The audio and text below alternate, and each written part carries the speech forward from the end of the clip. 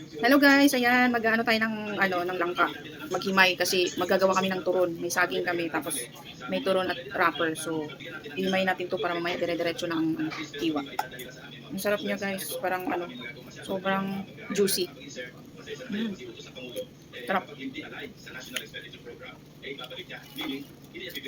Nakaswerte sa pagbili ng yung ate ko. Langka. Di ba? Sarap. Sarap nito.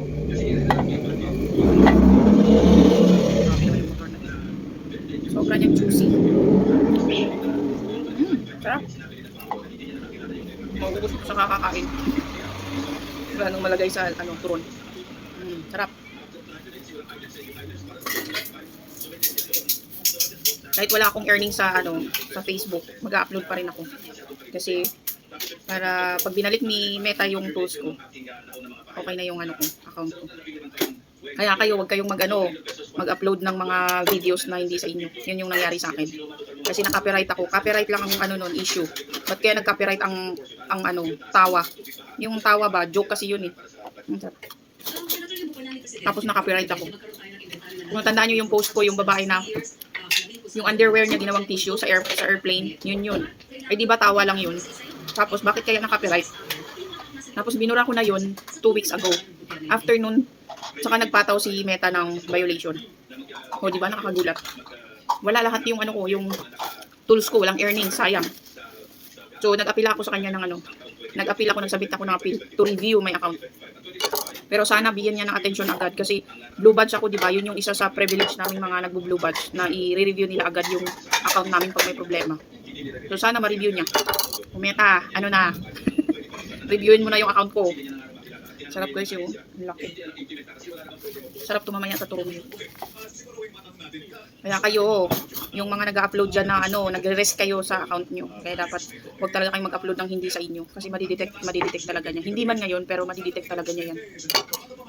Kaya maganda talaga yung sarili nating content, original content.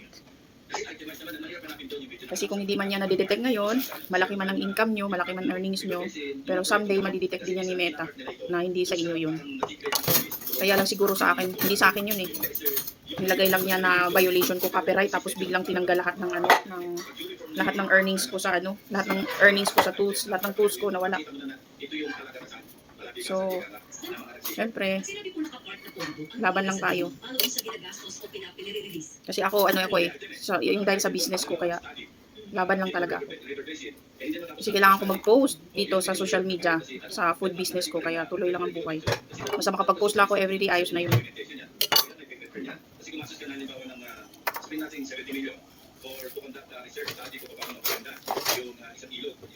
Kasi malaking tulong sa akin si Facebook. Malaking tulong sa akin yung social media sa food business ko kasi online yun. So marami akong buyer na sa online. Kaya post lang ng post. Na kailangan ko ang social media, kailangan ko ang Facebook. Kasi Facebook nakakatulong sa akin. Kaya go lang ako. Ayan, ang sarap po. Ang laki.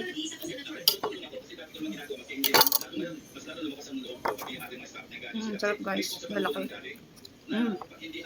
So yummy.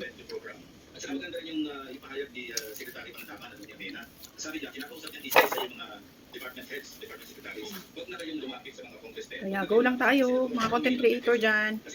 Alam ko ang daming may violation dyan na katulad sa akin. May nag-PM sa akin kung ano daw ginagawa ko. So nagsubmit lang ako ng appeal kay Facebook. So sana bibigyan lang niya ako ng atensyon, agarang atensyon.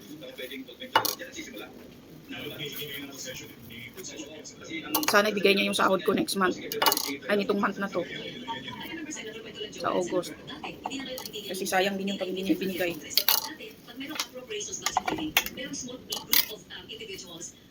Kaya laban lang tayo mga content creator. Especially sa mga nanay dyan. Kahit nasa bahay tayo, kikita tayo, di ba? Para-paraan lang yan. Sipag lang, sipag. Hindi bang sarap?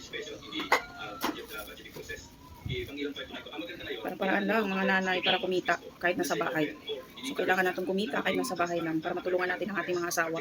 Huwag tayo umasa sa ating mga asawa, sa income ng ating mga asawa. So dapat tayo maghanap buhay din.